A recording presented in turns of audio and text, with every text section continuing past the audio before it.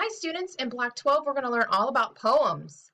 So I made this slideshow so we can talk a little bit about what makes a poem, how to recognize a poem, and some things that all poems have in common. And then we'll look at some examples. And later in the block we'll even have a chance to write our own poems. So let's get started. Poems are awesome. So here's a list of some fun facts about poems. So the first one is poems can be about anything.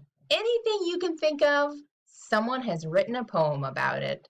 An animal, a house, a neighborhood, a city, anything you can think of. A shoe, someone has written a poem about it. So there's all kinds of fun poems you can find about all kinds of different things. Lots of poems are also about feelings, so that's pretty neat.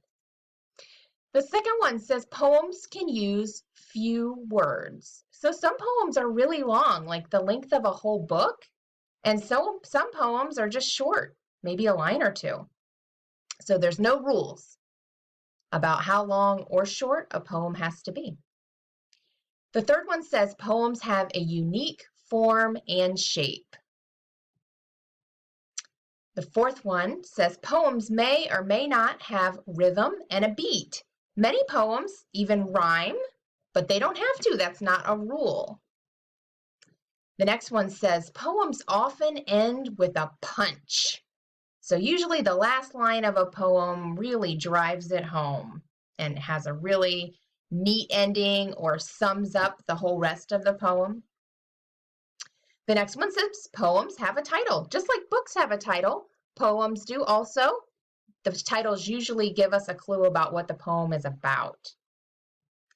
The next one says poems may use invented spelling, which kind of goes against what we learn in class, right? Normally, words have a correct spelling and an incorrect spelling. Sometimes when authors write poems, they get creative with the spelling, a lot of times to make words rhyme that wouldn't normally rhyme. The next one says poems may be serious or humorous, either one. I've read lots of poems that are funny and have me laughing out loud, and some poems are really serious and sometimes kind of sad. And those are great to read too. It just depends on what kind of mood I'm in. And the last one says poems usually express important personal feelings. Not always. We're going to read a couple examples here that are just kind of fun and lighthearted.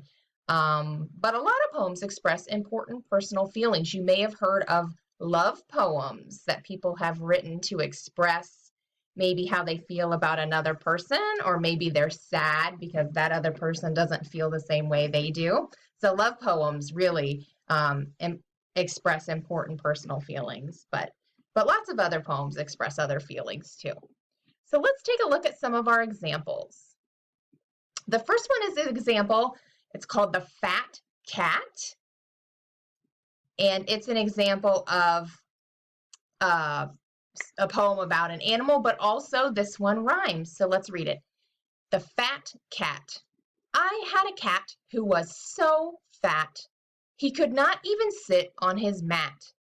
He had a hat that did not fit. He put it on, and then it split. So this one's kind of fun. It has a fun rhythm, and it rhymes, of course. And then the end, there's that punch at the end. He put his hat on, and then it split. That's kind of a punchline. That's the part where we kind of get a chuckle out of it. All right, the next one, another one about an animal. It's called Crabby. I am a crab who walks the shore and pinches toes all day. If I were you, I'd wear some shoes and not get in my way. So there's another one with a rhyme. Fewer of the words rhyme than the fat cat we just read, but also a rhyming one and also about an animal. Let's go to another one. In the kitchen. So this one's not about an animal at all. It's about a room in our house, right? The taps go plip, plop. The saucepan goes stir, slop. The knives and forks go rattle, clatter. The baby goes pitter, patter. The phone goes ring, ting. The microwave goes beep, ping.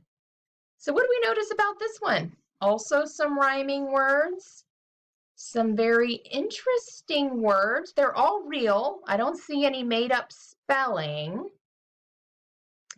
But these are all words that are actually onomatopoeias, which is a really super long word. And that type of word is a word that sounds like what it is, like beep and ping and pitter patter. Those are fun words. I like those. Let's go to one more. This is an example of a poem that doesn't rhyme.